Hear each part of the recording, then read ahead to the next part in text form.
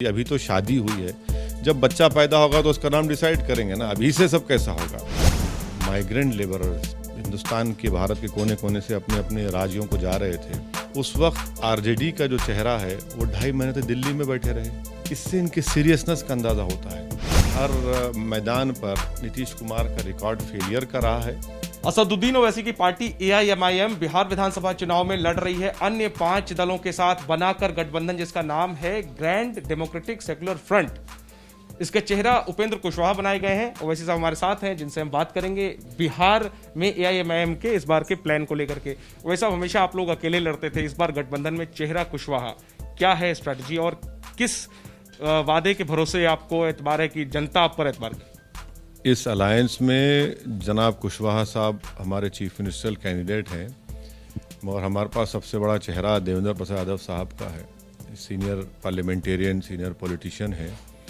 कुशवाहा साहब की पार्टी है, बीएसपी है और दीगर 2 पार्टीज़ हैं। तो हम लोग सब मिलकर लड़ रहे हैं और हमको पूरा यकीन है, क्योंकि ये जो बिहार में एक विकल्प ऑल्टरनेट पॉलिटिक्स की बहुत बड़ी ज़रूरत थी।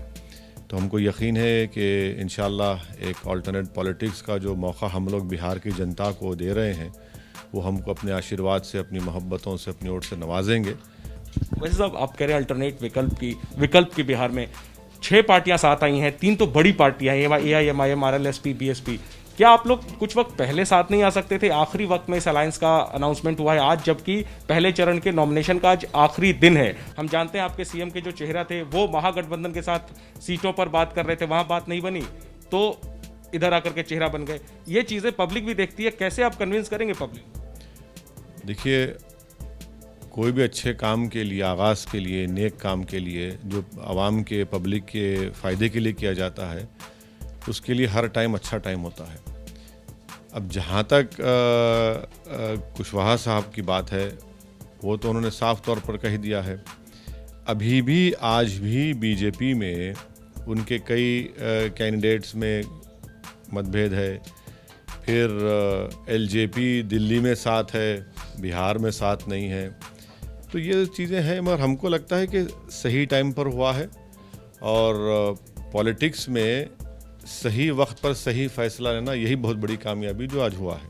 कितनी सीटों पर आपकी पार्टी एआईएमआईएम लड़ने जा रही है? हम लोग 19 से 20 सीट के दरमियान में लड़ेंगे। वो अभी पूरी लिस्ट आपके सामने। कुशवाहा साहब, हर पार्टी जितने सीट लड़ेगी, और कुशवाहा साहब, हमारे कन्वीनर देवेंद्र प्रसाद साहब आपके सामने मीडिया को देंगे और उससे आपको पूरा पता चल जाएगा। क्या लगता है कि दलित मुस्लिम गठजोड़, साथ में कुशवाहा ओबीसी हैं, देवेंद्र यादव भी एक बड़े नेता हैं, ये सब कितनी सीटें आप लोग टारगेट कर रहे हैं? कितनी सीटें लगभग आप लोग जीतेंगे?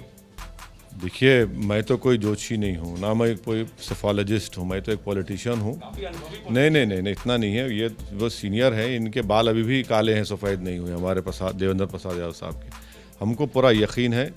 हम कोई अहंकार या गुरूर में आकर नहीं कह रहे हैं, बल्कि हमको इतना यकीन है कि बिहार की गरीब जनता हमको अपनी मोहब्बत से, अपने वोट से नवाजेगी और उनको हम एक विकल्प दे रहे हैं और एक अच्छे तरीके से हम लोग जा रहे हैं। तो हमको यकीन है कि अच्छा हमारा परफॉर्मेंस होगा। पोस्ट पोल अगर सिनेरियो बना, स्थिति बनी, तो क्या एआईएमआईएम महागठबंधन को, यानी जो आरजेडी कांग्रेस फ्रंट है, उसको सपोर्ट? देखिए, मुझे यकीन नहीं है कि मैं कल तक जिंदा रहूँगा, नहीं रहूँगा। पहले तो ये हो जाने दी। अभी तो शादी हुई है, जब बच्चा पैदा होगा तो उसका नाम डिसाइड करेंगे ना। अभी से सब कैसा होगा। आखिरी में आपके आपके उम्मीदवार उपेंद्र कुशवाहा हैं, 2 जो और बड़े चेहरे हैं सीएम के, नीतीश कुमार और तेजस्वी यादव, इन पर आप क्या?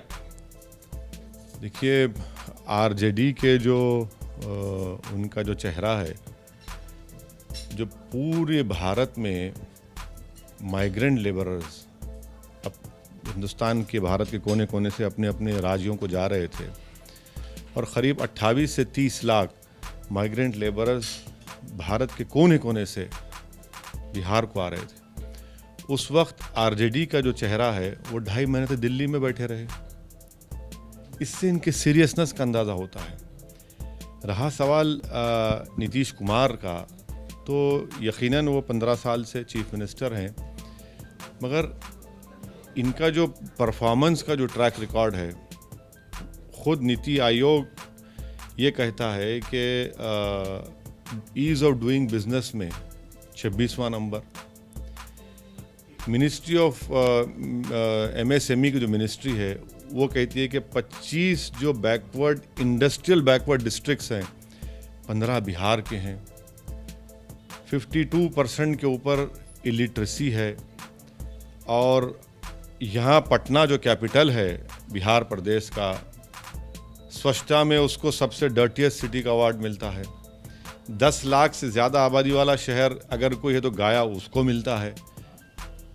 और फिर आप लोएस्ट नंबर एक डॉक्टर पर सबसे ज़्यादा पेशेंट पूरे भारत में अगर कहीं है तो यहाँ पर है।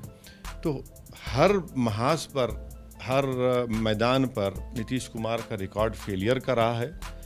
वो उनको फ़ायदा इसलिए हो रहा था क्योंकि वो हमेशा आरजेडी कांग्रेस को दिखा रहे थे।